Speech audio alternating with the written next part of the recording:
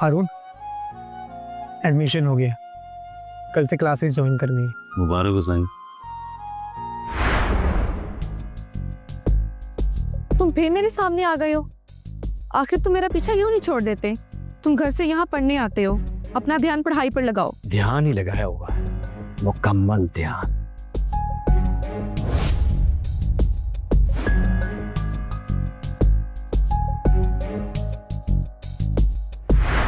हारून, ये चेहरा याद रखना, भूलना नहीं। जी साईं।